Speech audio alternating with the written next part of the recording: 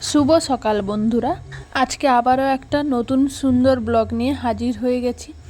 4 দিন টানা বৃষ্টির পর আজকে দেখো মেঘলা ওয়েদার আর বৃষ্টি হালকা পড়তেই আছে।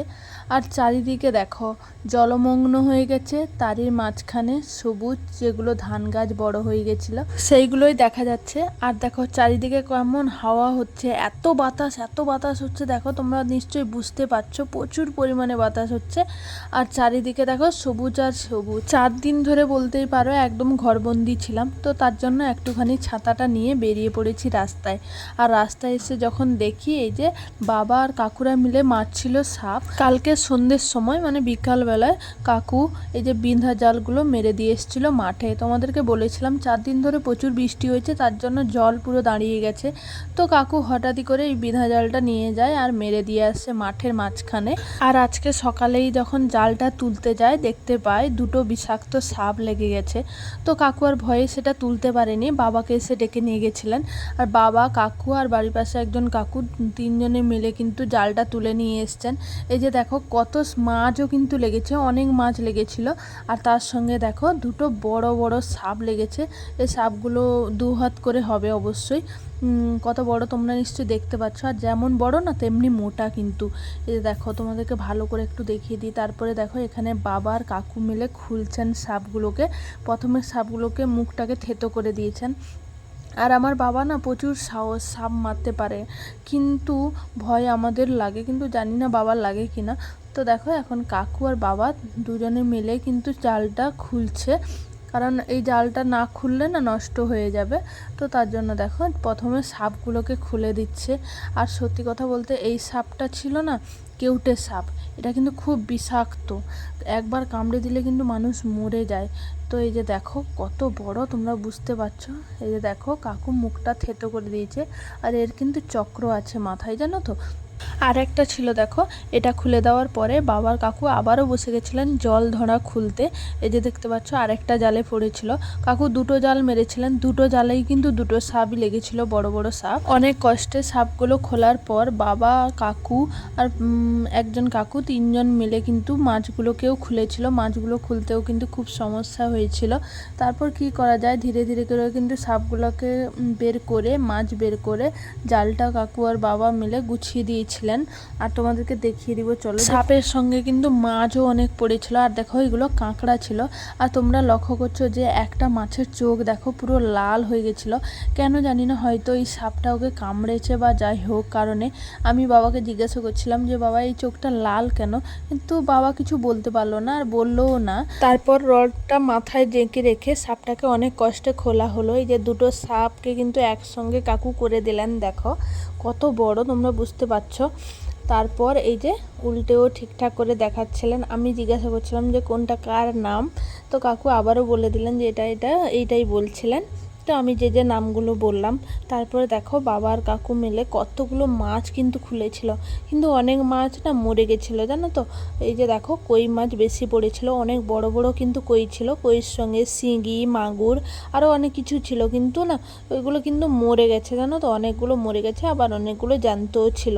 তো কাকু তার মাঝখান থেকে যেগুলো ভালো সেগুলো নিয়েছিল, আর যেগুলো খারাপ পচে গেছে সেগুলো ফেলে দিয়েছে। এবার দেখো তোমাদেরকে সব মাছ দেখিয়ে দিলাম। এই যে দেখো কি কি মাছ পড়েছিল আর কতগুলো মাছ দেখতে পাচ্ছ তোমরা নিশ্চয়ই।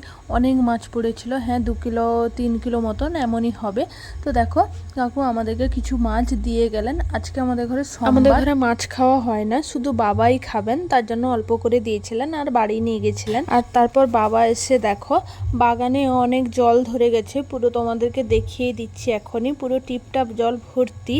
আর বাগানে যেসব সবজি চাষ বাবা করেছিলেন সেগুলো জল ধরে গেছে, তার জন্য বাবা দেখো বাগান থেকে নিয়ে এসেছিলেন পুঁই ডাঁটা কেটে, আর সেগুলোকে পাতা ঝরিয়ে দিচ্ছিলেন। যেটা পাতা লাগবে না সেগুলো বাইরেই কিন্তু ফেলে দিচ্ছিল, কারণ ভেতরে নিয়ে এলে ঈশান টানাটানি করবে আর ছাঁটাছাঁটি করে। তার জন্য দেখো বাবা সেগুলোকে ধুয়ে ভালো করে পরিষ্কার করে যে বাড়িতে নিয়ে এলেন। নিয়ে এসেই তারপর চাল কুমড়োটা বাবা কেটে দিলেন, কারণ আমাদের ঘরে না মেয়ে মানুষরা চাল কুমড়ো কাটে না, জানি না কেন, তবে এটাই হয় সব সময়ের জন্য। আর দেখো মা এখানে বসে গেছিলেন চাল কুমড়ো কাটতে আর পুঁইডাঁটা আরও কাটতে। আমি ততক্ষণে চলে এসেছিলাম মাছ কাটতে, কারণ মা বলেছিলেন যে মাছগুলো যেন কেটে দিই, তার জন্য আমি চলে এসেছিলাম মাছ কাটতে। আর মাছগুলোকে ঝটপট করে কেটে নিচ্ছিলাম। সত্যি কথা বলতে মাছগুলো না অনেক বড় বড়, তার জন্য বড় বড় কাঁটাও ছিল, কাটতে একটু টাইম লাগছিল। তো মাছগুলো এখন কেটে নিয়ে ভালো করে দেখো জল দিয়ে ধুয়ে নিব, ধুয়ে নিয়ে পরিষ্কার করে রেখে দিয়ে লবণ মাখিয়ে চলে যাব অন্য কাজে। তো দেখো তোমাদেরকে ভালো করে দেখিয়েও দিলাম যে দেখো কই মাছগুলো কত বড় বড় ছিল। কিন্তু তারপর দেখো এখানে চলে এসেছিলাম আমি মার কাছে। আর মার কাছে এসে যখন দেখি মা কেটে ফেলেছেন এখানে চাল কুমড়া, পুঁইডাঁটা আরও অনেক কিছু কেটে ফেলেছেন। আর দেখো তারপরে মার সঙ্গে চলে এসেছিলাম এখানে বাগানে, কারণ বৃষ্টি হচ্ছিল তো সবজিগুলো নষ্ট হয়ে যাবে, গাছে জল ধরে গেছে। তার জন্য মা বললেন যে চল বাগান থেকে কিছু সবজি তুলবো। আর আমিও চলে এসেছিলাম একটুখানি ভিডিও বানাবো বলে। এই চিচিঙ্গাটা দেখো কেমন ছিল, আর এটা ছিল অনেক বড় একটা লম্বা। তো নিয়ে চলে এসেছিলাম, কতগুলো নিয়ে এসেছিলাম দেখো। এগুলোকে ভাজা করা হবে, তার জন্য মা বলছিলেন যে একটু কেটে দিতে। আর আমাদের সবার জন্য হয়েছিল পুঁইডাঁটা, কিন্তু ঈশান ছোট, তার জন্য ওকে না পুঁইডাঁটা দেওয়া হয় না। তো মা আবারও নিয়ে এলেন লাউ ডাঁটা, কারণ ওর জিরা ঝোল হয়, তো জিরা ঝোলে একটু লাউ ডাঁটা দেওয়ার কথাই মা বলছিলেন, তার জন্য নিয়ে চলে এসেছেন। আর আমি এখানে দেখো এখন বসে গেছি চিচিঙ্গা কাটতে। চিচিঙ্গাগুলোকে প্রথমে ছালগুলো ছাড়িয়ে নিয়ে তারপর দেখো ছোট ছোট করে কেটে নিব। এই যে প্রথমে ছাড়িয়ে নিচ্ছি তার জন্য। আর দেখো এত পরিমাণে বৃষ্টি হয়েছে না, সব সবজি গাছ বলো, ডাঁটা গাছ আর যা যা গাছ আছে সব গাছেই কিন্তু জল ধরে গেছে, যার জন্য গাছগুলো সব নষ্ট হয়ে যাচ্ছে। আর এর জন্যই মা বললেন যে বেকার বেকার নষ্ট কেন হয়ে যাবে, তার থেকে রান্না করে খেয়ে নিলেই হবে। আর তার সঙ্গে সঙ্গে না আমার বাবাদের ঘরে অনেক গাছও পড়ে গেছে, সেই গাছগুলো তোমাদেরকে আরেকটা ভিডিওতে দেখাবো যে কী কী গাছ পড়ে গেছে আর কী কী ক্ষতি হয়েছে। সেগুলো আর দেখাতে পারিনি, কারণ প্রচুর পরিমাণে বৃষ্টি হচ্ছে, তো তার জন্য বেরোয়নি আর বাড়িতে। আর যেখানে তোমাদের দেখাবো না ওগুলো কাদা জায়গা, তো দেখাতে পারিনি তার জন্য। আর তোমাদের সঙ্গে দেখো গল্প করতে করতে আমি কিন্তু ওই চিচিঙ্গাটা কেটে নিলাম, আর এখন ডাঁটা কাটছি। আর এই পাতাগুলো না পুরো নরম কচি কচি পাতা, তো এগুলোকে ভাজা হবে, এর জন্য মা বলেছিলেন রেখে দিতে। তো ভালো পাতাগুলো নিয়ে রেখে দিয়েছি এবার নিয়ে। আর এখন দেখো ডাঁটাগুলো কেটে নিচ্ছি। আর ঈশান দেখো কেমন আমার পাশে বসে খেলছিল, ও বুঝতে পারেনি আমি ক্যামেরাটা করছি, কারণ ভিডিও কলটা দেখলেই না ও কিন্তু মোবাইলটাকে বন্ধ করে দেয়, নাহলে ছুঁড়ে দেয়, যাই হোক একটা করে। তো তার জন্য দেখো মোবাইলটাকে আড়ালে রেখে এই যে এখন আমি তোমাদের সঙ্গে কথা বলতে বলতে ডাঁটা আর এই যে পেঁপে সব কিছু কেটে নিয়েছি। তারপর ছালগুলোকে ফেলে না দিয়ে গরুর কাছেই দিয়ে দিলাম, কারণ আমাদের এদিকে না ছাল বা ঘাস যাই বলো সব কিছু কিন্তু গরুই খেয়ে নেয়। তো সেগুলো দিয়ে দিয়ে এখন চলে এসেছি ঈশানকে খাওয়াবো। ঈশানের স্কুল থেকে খাবার আসে এই 10টার সময়, খাবারটা কিন্তু আমি সচরাচর করি না, একদিন ভাত দেয় আর একদিন খিচুড়ি দেয়।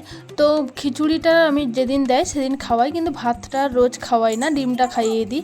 আজকে একটু দেখো ভাত খাওয়াতে বসে গেছিলাম, দুটোখানি ভাত নিয়ে ঈশানকে খাওয়াতে খাওয়াতে তোমাদের জানিয়ে দিই। এই ভিডিওটা এই পর্যন্তই, দেখা হচ্ছে পরে সুন্দর আর একটা ভিডিও নিয়ে আসবো। তো সবাই ভালো থাকবে, সবার সুস্থ কামনা করে ভিডিওটা এখানেই শেষ করছি। টাটা বন্ধুরা।